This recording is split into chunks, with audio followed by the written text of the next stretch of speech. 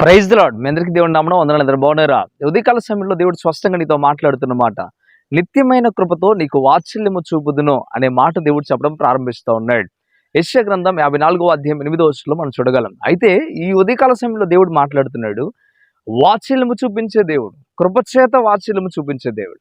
ఆయన కృప లేకపోతే ఏ నరుడు బ్రతకలేడండి. ఆయన కృప ఉంది గనక, ఆయన మన మీద కృప చూపిస్తున్నాడు గనక మనం బ్రతకగలుగుతున్నాం, సమస్తము అనుభవించగలుగుతా ఉన్నాం. ఆయన కృప చూపించే దేవుడు గనక ఆయనకు లోబడి బ్రతకడం చాలా ప్రాధాన్యం.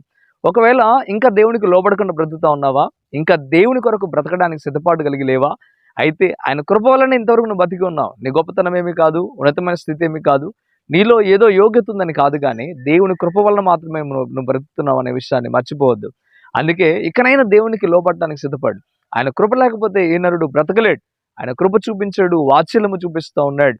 నిజంగా ఇంకా మనం ప్రభుకి లోబడకపోతే ఏం ప్రయోజనం? నిష్ప్రయోజనం అవుతుంది.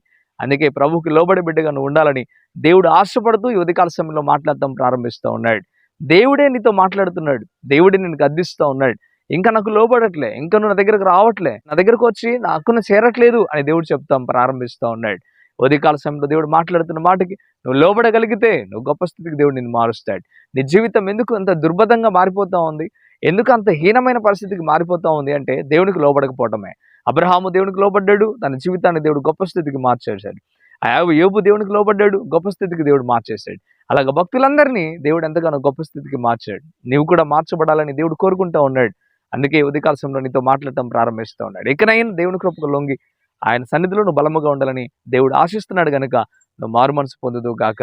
ఆమేన్. మంచిది, ప్రార్థన చేద్దాం. పరిశుద్ధ వందనాలు ప్రభువా, ఉదయకాల సమయంలో స్పష్టంగా మీరు మాట్లాడటం ప్రారంభిస్తూ ఉన్నారు. ఈ మాటలను బట్టి నీ బిడ్డ జీవితాల్లో గొప్ప మార్పుకు తీసుకుని రమ్మని, బలపరిచి స్థిరపరచమని, మేలుతో నింపమని, కృప చూపించమని ప్రభువా, ఈ వాగ్దానాన్ని నెరవేర్పు కలుగుచమని యేసు నామమున అడుగుతున్నాం తండ్రి. ఆమేన్, ఆమేన్.